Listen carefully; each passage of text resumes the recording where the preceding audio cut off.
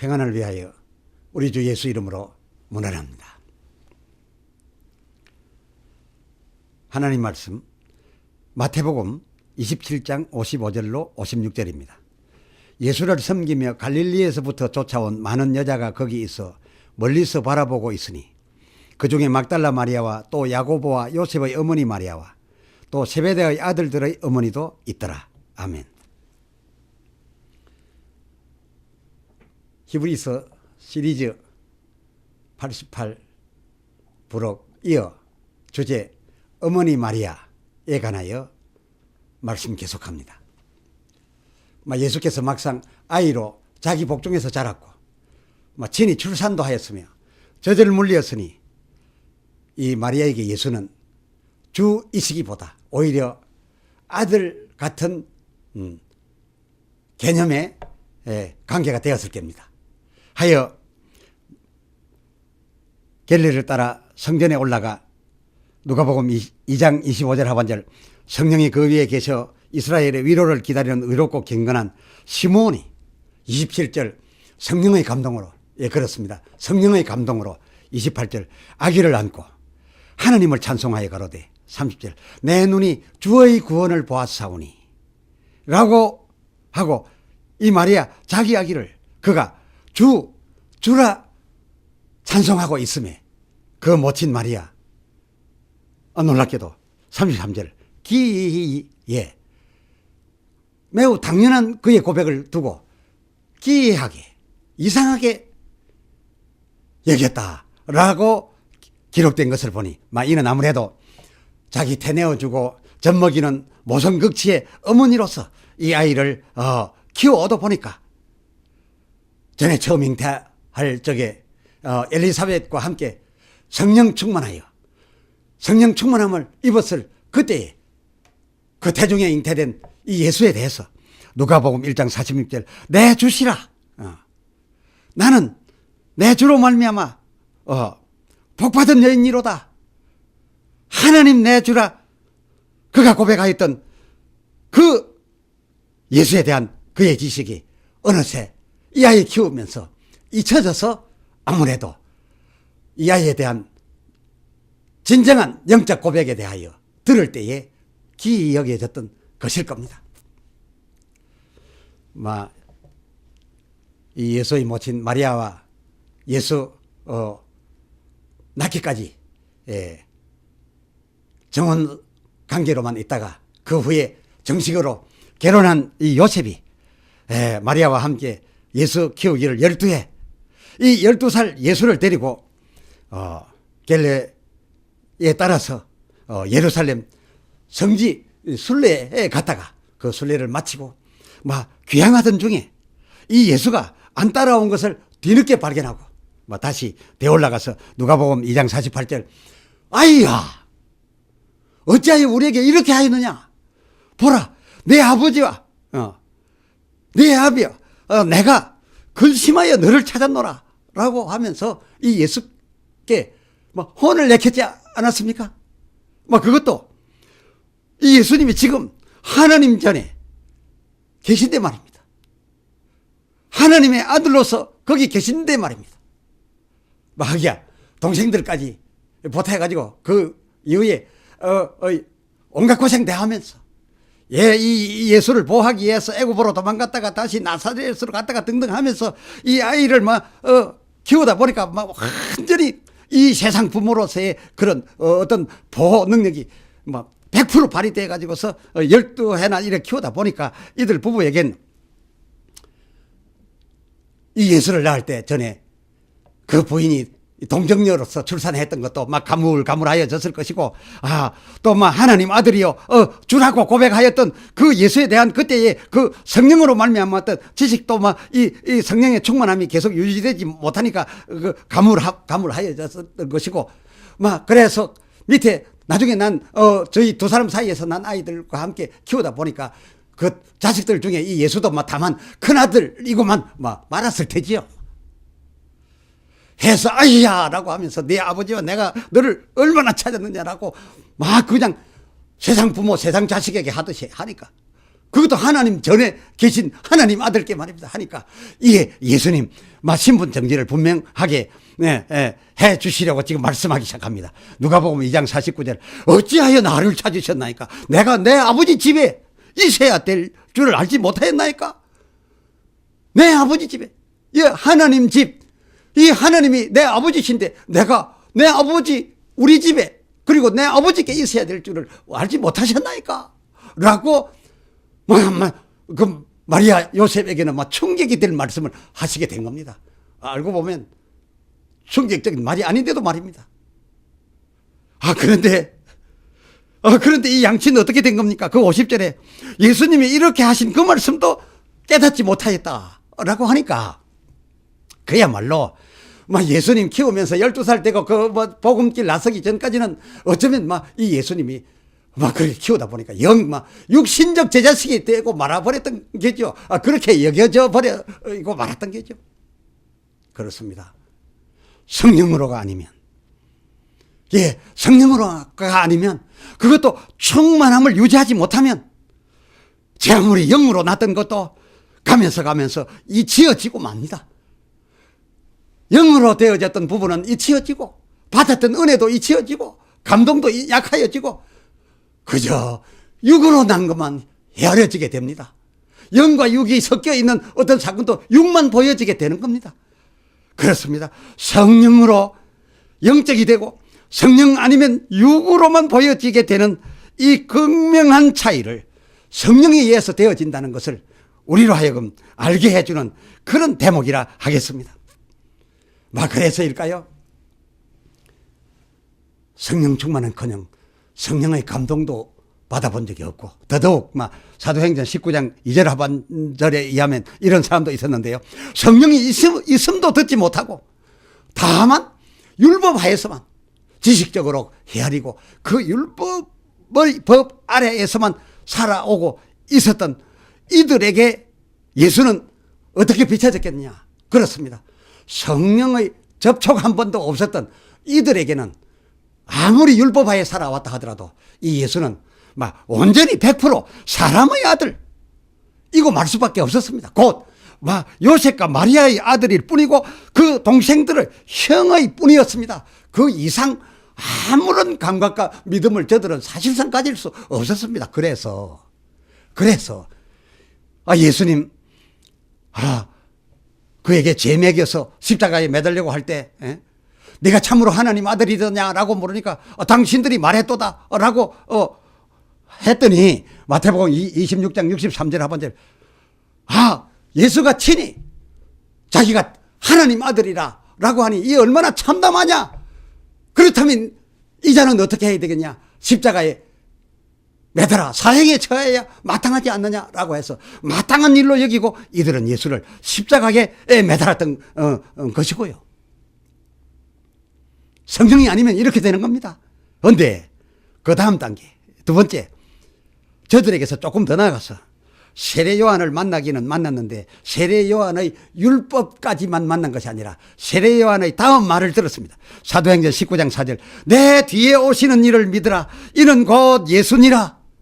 그는 곧 하나님이 보내신다고 하신 하나님의 아들이시니라. 그는 구원이시니라 라고 하는 이 말까지를 받아들이려고 듣고 자세를 가다듬고 사실이 그럴까 하고 사모하다 보니 성령이 감동하여 주어서 성령이 저들을 감동하게 됨으로써 세례 요한의 그 뒷말을 듣고 이 예수를 하나님 아들로 믿게 된 사람들 있습니다.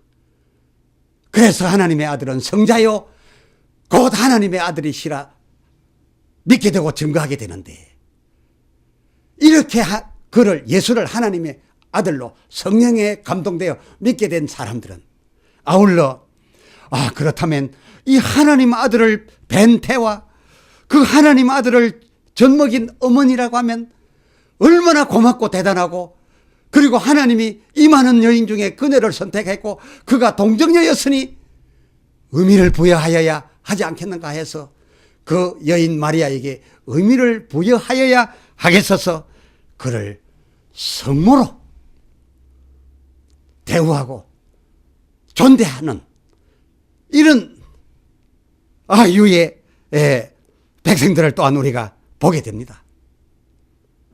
또 다른 한 이유가 있습니다.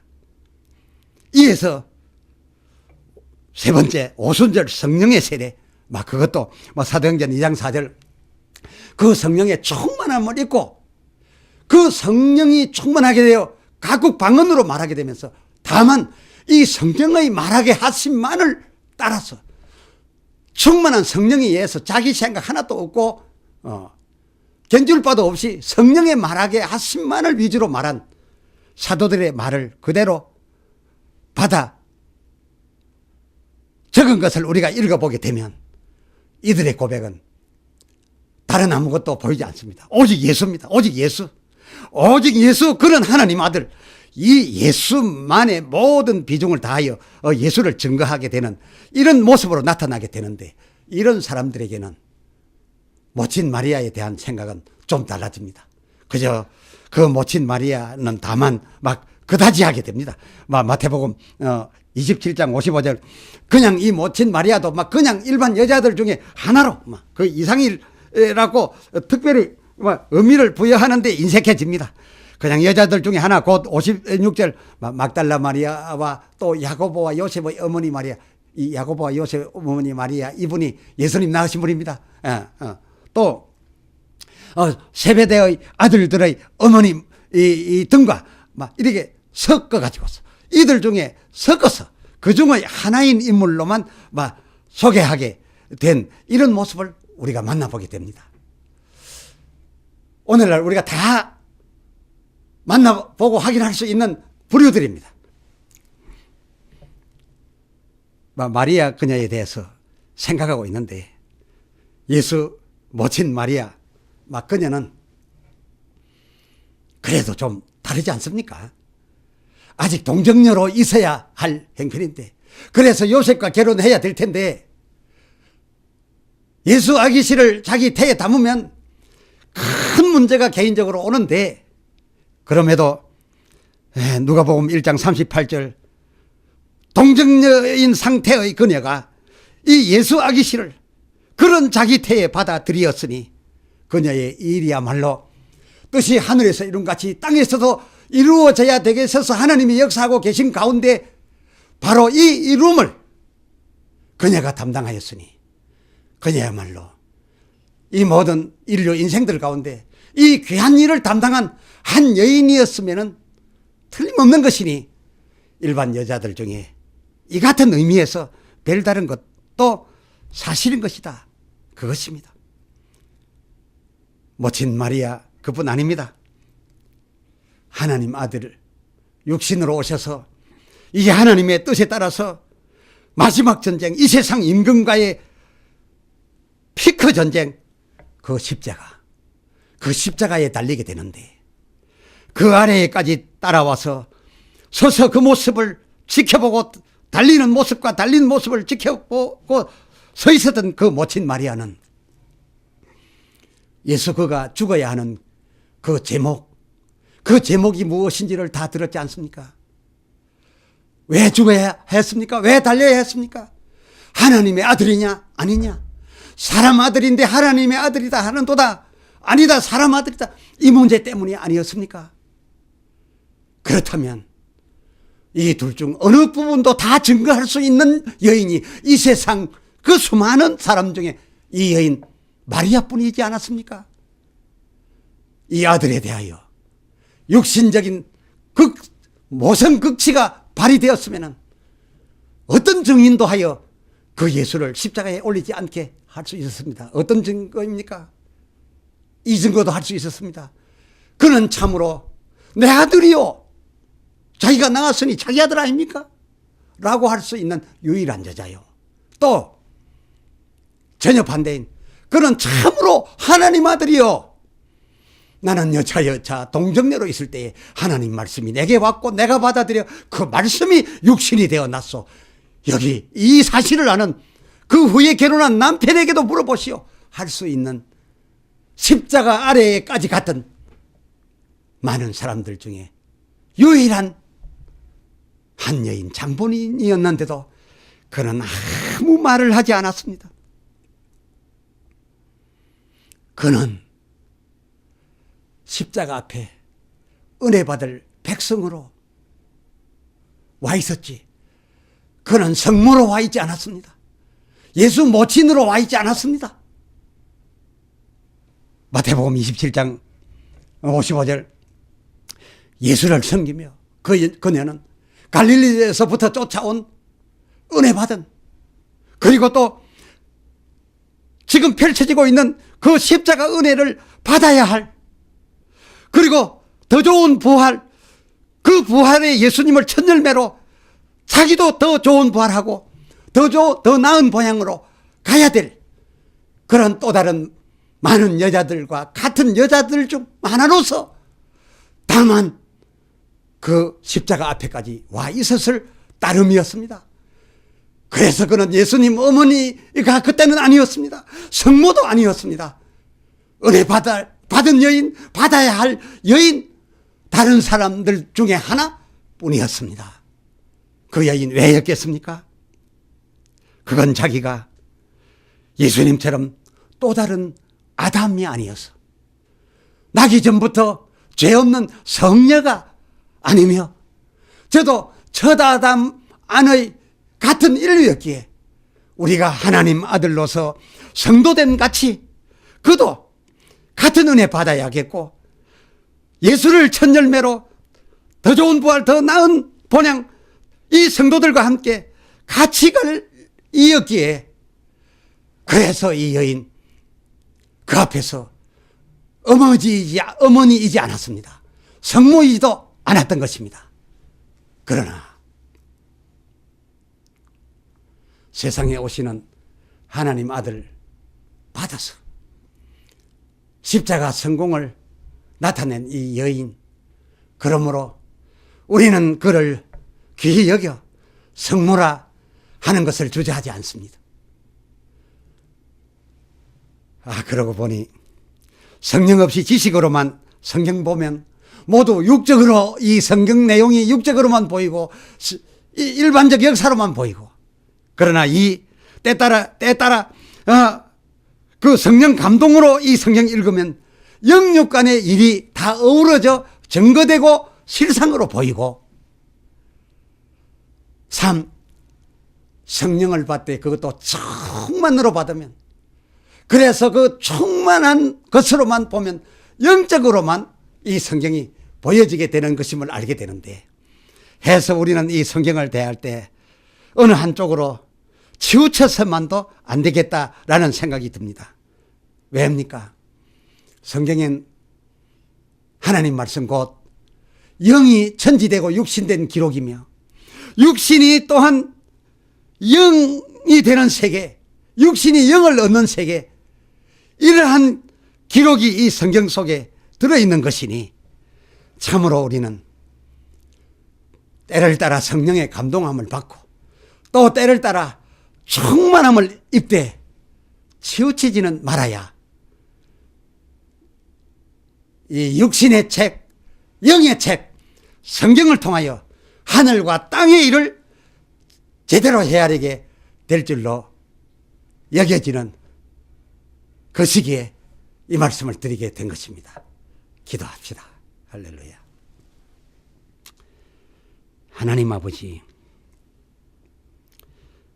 오늘 예수 어머니 마리아에 대하여 전 시간에 이어 이 시간까지 생각하면서 성령의 역할하심이 어떤 결과를 우리에게서 낳게 되는지를 새삼 헤아리게 되었습니다.